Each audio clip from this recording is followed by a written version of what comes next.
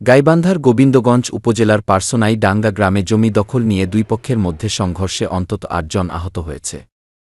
স্থানীয়রা জানান, সরকারি কর্মকর্তা-কর্মচারীদের জমি জবর দখলের চেষ্টা নিয়ে দীর্ঘদিন ধরে উত্তেজনা চলছিল। আদালতের ১৪৪ ধারা জারি সত্ত্বেও হামলাকারীরা ৪টি দলে ভাগ হয়ে অতর্কিত হামলা চালা। আহতদের মধ্যে নারী ও শিশু রয়েছে। পুলিশ জানিয়েছে, এ বিষয়ে মামলা প্রক্রিয়াধীন এবং পরিস্থিতি নিয়ন্ত্রণে রাখতে অতিরিক্ত নজরদারি বাড়ানো হয়েছে।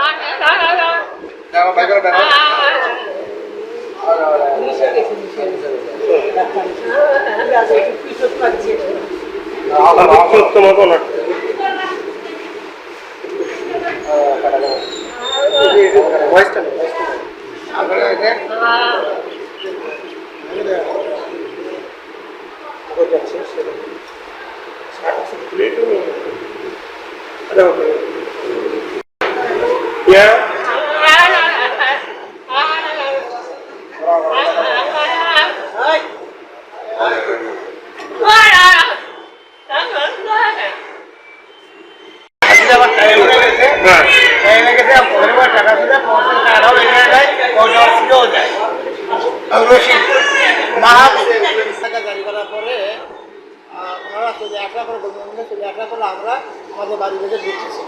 এই টাইমে রফিকুর, তারপরে রশিদুর, ১ নম্বরে মুসলিম, ২ নম্বরে রশিদুর, ৩ নম্বরে মনে করেন যে রফিকুর, তারপরে মসজিদে আরো কতিপয় আছে। সামনে যখন আঘাত করছে তখন ওখানে ছিল হলো ফরিদুল ছিল, আমাকে বাড়িতে আঘাত করা হয়েছিল, যার কারণে আমি বুঝতে পারিনি যে আমাকে মারা হয়েছে। আমি আমার বাবাকে বাঁচতে দিয়েছি, সেখান থেকে আমাকে সেখান থেকে মারা হয়েছে। ওরা ২০০ মানুষ ভাগিদের দিনে সবে একতা হচ্ছে। আমরা শুধু খালি একজন, ওই বাড়িতে শুধু আমার ওই ছেলে থাকে আর বৌমা থাকে। আমি এই বড় ছেলে জেলা স্কুলে গভর্নমেন্ট বয়েসে চাকরি করি, আমি ওখানে থাকি। বাড়িতে আমার কেউ থাকে না। তারপর কি হলো? তারপরে মনে কর মারধর শুরু করে দিল। সাবল নিয়ে যায়, ওদের বলতে থাকে সাবল নিয়ে যাওয়াটা ক্যাশ দিয়ে দিল। আমরা সবাই শিক্ষিত, আমার ছেলেমেয়েরা বাইরে থাকে, খালি ওই এক ছেলেই শুধু থাকে। আমরা আইনের সোজাশীল হয়েছি, আমরা ওদের সাথে কোভাগুলি পাবো না, ওরা সভ্য গরিষ্ঠ বেশি। আমরা না করে আইনের আশ্রয় নিয়েছি, নিয়ে যাই ১৪০ দ্বারা আমরা মামলা দিচ্ছি। তারপরে কোর্ট থেকে মনে করে এডিএম কোর্ট থেকে মনে করে আসে নোটিশ দিয়ে গেল বলে আপনাদের নামে কেস হয়েছে, মামলা হয়েছে, আপনারা ২ পক্ষ চলে আসেন। ওরা আইন মানল না। আর একদিন থানায় এসে পুলিশ এসে মনে করে ডাকে গেছে বলে আপনারা ২ পক্ষ কাগজপত্র দিনে থানায় বসেন। আমরা চলে গেলাম কাগজপত্র দিনে, ওরা আর যায় না।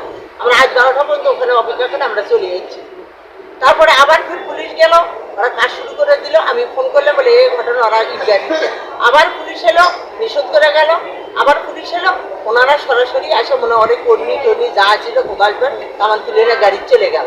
ওরা চলে যাওয়া মাত্রই আমার খুব শুরু করে দিচ্ছে।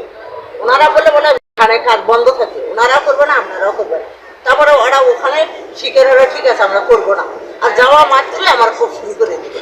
আমরা তো একা, আমরা তো জানি ওরা কোভাবে ওরা নাটি প্রস্তুত করে রেখেছে, মহিলাগুলো নাটি এনে দিচ্ছে, ওরা আমার খালি খুঁড়িয়ে যাচ্ছে। ওরা আর একটা নাটক করলো কি স্যার, ওরা সামনে মসজিদ আছে, ওখানে একদল লোক সেট করছে, এর বাড়িতে একদল লোক সেট করছে। আমরা রোডে বুঝতে পারিনি, ওখানে আরো হয়ে দিচ্ছে কি বলে রেবু মুখে করে কুয়ে ফেলে দিল। টাইমার নুন দেয়, গাড়ি নাম ধরে করছে নাটক হচ্ছে, আমাদের কুবে ওঠে ফেলে দিচ্ছে।